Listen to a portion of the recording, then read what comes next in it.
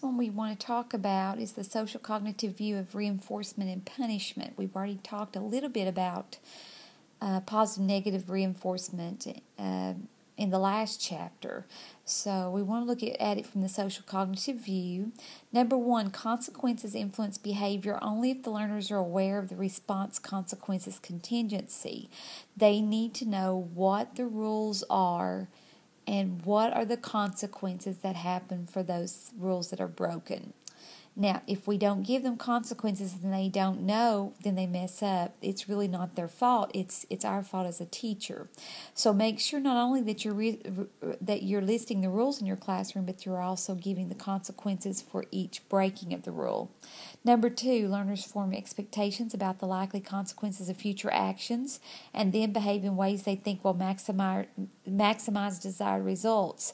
So if they are rewarded a certain way for an expectation that you've set, then later on they'll behave in that same way because they are expecting the same results. Now, the minute the results do not happen, all of a sudden you've hurt yourself as a teacher because they will stop. The behavior you want will decrease from happening. Number 3, learners' expectations are influenced by what happens to other people as well as themselves. When we look at that, vicarious reinforcement falls under this one. And vicarious reinforcement occurs when learners who observe someone else being reinforced for a behavior, they're more likely to exhibit that behavior more frequently than themselves. So it's a modeling almost that's happening. An example of vicarious reinforcement is when Jenny notices that her friend Mary gets extra attention from the teacher when she acts helpless. So what happens? Jenny begins to act helpless as well.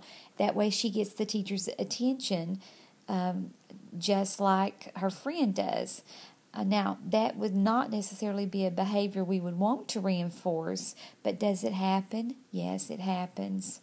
Number 4, the non-occurrence of an expected consequence can have reinforcing or punishing effect in and of itself. And an example of this could be some boys are fighting on school grounds during the recess time. The fighting, as we know, is against school rules, and the boys are aware of this. The adults are aware of this. But a teacher who sees them fighting allows them to continue to fight instead of punishing them. Judging from what social cognitive theorists say, the boys are more likely to fight in the future. I want you to stop the video and tell me why. Why are they likely to fight in the future from the social cognitive theorist's view? All right, I've also attached a video of Andy Griffin with Opie having a learning moment, and I guess Andy having a learning moment as well. There's also a video at the top that says, what do you think? I actually want you to watch that video and text me your response. Let me know what you think. Okay, have fun.